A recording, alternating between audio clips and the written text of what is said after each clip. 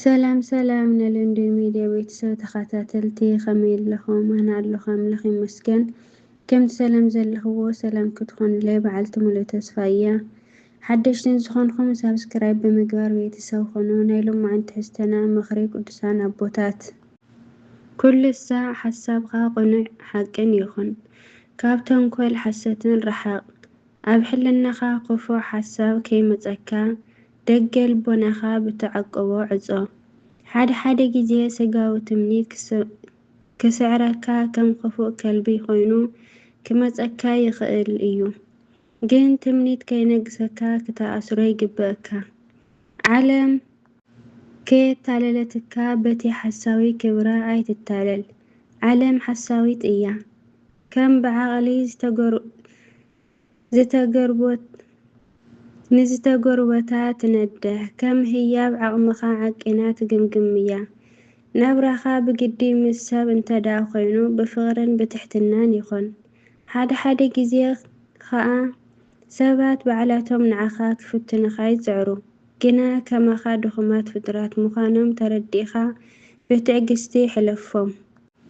ውርደትኻን ውድቀትኻን እኳ ዝፈትው እንተኾይኖም ከይተቐየምካዮም ነገር እትሓልፍ ኩሉ ከኣሊ ኩን። ህልኽ ላማይ ይውሕጥ ከም ዝበሃል ብህልኽ እትገብሮ ሓደ እኳ ይሃልይኻ። ዕድመ ገመድ ከም ዝበትሖ ግዜ ከም ዝቐረበ ኣይትረስዕ። ንፅባሕ እትብሎ ስጋዊ ወይ ከዓ መንፈሳዊ ተግባር ኣይሃልይኻ። መዓልትኻ ሎሚ እያ፣ ፅባሕ እሞ ናይ ካልእ ሰብ ምዃኑ ኣይትረስዕ። ንሰብ መሃር ካብ ክፉእ ናብ ፅቡቕ ክትመልስ እንተኽኢልካ እውን ፅቡቕ እዩ። ዝሓሸ ግን ንባዕልኻ ንገዛእ ርእስኻ መኺርካ ተቆፃፂርካ ምንባር ምኽኣል እዩ። ዎ ሰብ ዓለም ፅላሎት እያ። ቆላ እንተወረድካ ትወርድ፣ ከበሳ እንተደይብካ ድማ ትድይብ። እንተሰዓብካያ ትሃድም፣ ዘይትጭበጥ ገመ እያ። ንዒቕካያ እንተመነንካ ከዓ ትስዕበካ። ገዳም እንተኣተኻ ከዓ ምሳኻ ትኣቱ። ኣብዛ ከም ፅላሎት ዝኾነት ዓለም ተጠንቂቕካ ንበር። መፅሓፍ መክብብ ምዕራፍ 1-1 ናይ ዓለም ኮንትነት ከም ዕንበባ ረጋፊ ከም ፅላሎት ሓላፊ ምዃኑ ተረዲእኻ ክሳብ መወዳእታ ህይወት ካብ መፃወዲ ዓለም ምእንቲ ክትድሕን ንፈጣሪኻ ብፀሎት ለምኖ። ብግዲ ከይፈተኻ ካብ ዓለም ምኻድካ ዘይተርፍ እዩ። ናብ ዓለም ሒዝካዮ ዝመፃእኻ ከም ዘየሎ ከምኡ ከዓ ካብ ዓለም ትማልኦ ነገር የብልኻን።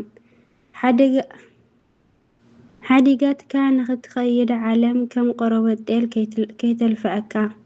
ካብ ብናይ ዓለም ብልጭልጭ መልክዕን ኣይትማረኽ። ንፈጣሪኻ ክሳብ ምርሳዕ ከይተብፅሐካ።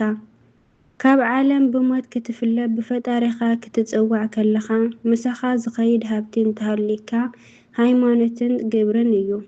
ስለዚ ኣብዚ ዓለም ከለኻ ነዘን ሃብትታት ሓልወን፣ ዋጋ ኣውሂበን ናይ ዘለዓለም ህይወት ንምውራስ ዘብቅዓኻ ንእግዚኣብሔር ዘርእያኻ እዚአን እየን።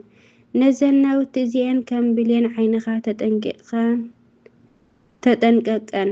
ከም ይሁዳ ብገንዘብ፣ ከም ኤሳው ብኮርንኡ ብበልዒ ሃይማኖትካ ኣይትሸጥ ኣይትለውጥ። ኣብ ተዋህዶ ሃይማኖትካ ፀኒዕኻ ብትሩፋት ንበር። ዘመን ተለዊጡ ዘመን ክትካእ በብእዋኑ ሓደስቲ ዝመስሉ ቁም ነገር ዘይብሎም ከጋጥሙኻ እዮም። ኣይትደነቕ። ንስኻ ግን ኩሉ ሳዕ በቲ ላዕለዋይ ተስፋኻ ጌርካ ንበር። ነቲ ብስጋ ተገሊጹ ናብ ዓለም ዝመፀ ወልደ እግዚኣብሔር ከይፍለየካ ተማህፀኖ። ካብ ኩሉ ፍጥረት ኣብሊፁ ዘኽብራ ኣድኡ ቅድስት ድንግል ማርያም ብምኽባርን ብፍቕርን ብኣማላድነታ ተማህፀና።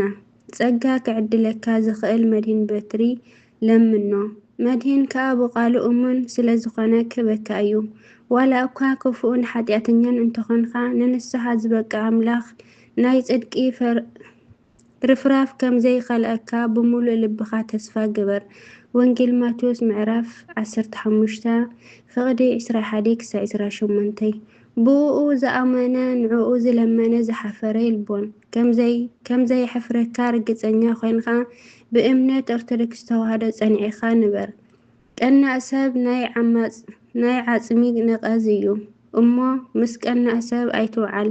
ናይ እግዚኣብሔር ኣምላኽ ትእዛዝ ናይ ህይወት ምንጪ እዩ እሞ ትእዛዛቱ ሓሉ። ዓማጽን ናይ ክፉኣት ሰባት መስዋእትን ኣብ ቅድሚ እግዚኣብሔር ዝረኸሰ እዩ እሞ ብኽፉእ ስራሕ ኣይትጓዓዝ። ካብ እግዚኣብሔር ብዘይ ምፍራሕ ዝርከብ ብዙሕ ጸጋ እግዚአብሔር ብምፍራሕ ዝርከብ ውሑድ ሃብቲ ይሐይሽ። ስለዚ ብፍርሃት እግዚአብሔር ተመላለስ። እግዚአብሔር ኣምላኽ ሰናይ ዋጋኻን ክኸፍለካ ነቶም ዝጠመዩ ጸላእትኻ ኣብልዓዮም ነቶም ዝጸሙ እውን ኣስትዮም እንተዓረቑ እውን ክደኖም እንተሸገሩ ርድኣዮም። እዚ ኩሉ ብምግባርካ ተመሊሱ ንዓኻ ጉድጓድ እንተኺዒትልካ ንሱ ባዕሉ ኣብታ ዝኹዓታ ጉድጓድ ክኣትው እዩ። ቀናእ ሰብ ናይ ዓጽሚ ነቐዝ እዩ እሞ ምስ ቀናእ ሰብ ኣይትውዓል። ንድኻ ዝነቅፍ ንፈጣሪ ይቆጥዕ ንድኻ ዘኽብር ግን ምሕረት ይረክብ እዩ እሞ ንድኻ ኣይትንዓቕ። ሓቀኛ ምስክር ንነፍሲ ካብ ክፉእ የድሕና። ሓሳዊ ሰብ ኣይትኹን። ድሕሪት ንከይትተርፍ ዓይንኻ ዝረኣዮ ተዛረብ። ካብ ሓሳዊ በዓል ጸጋ ሓቀኛ ድኻ ይሐይሽ።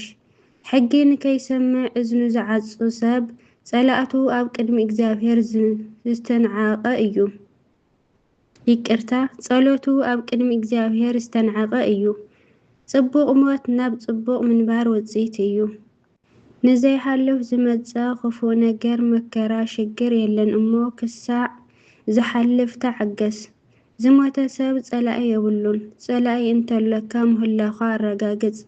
ብሰባት ክትግፋዕ እንከለኻ ስለምንታይ ኣይትበል። ልብኻ ተገፊዓ ተሓቂና እያ ኣብ ርእሲ ሰብ ትድይብ።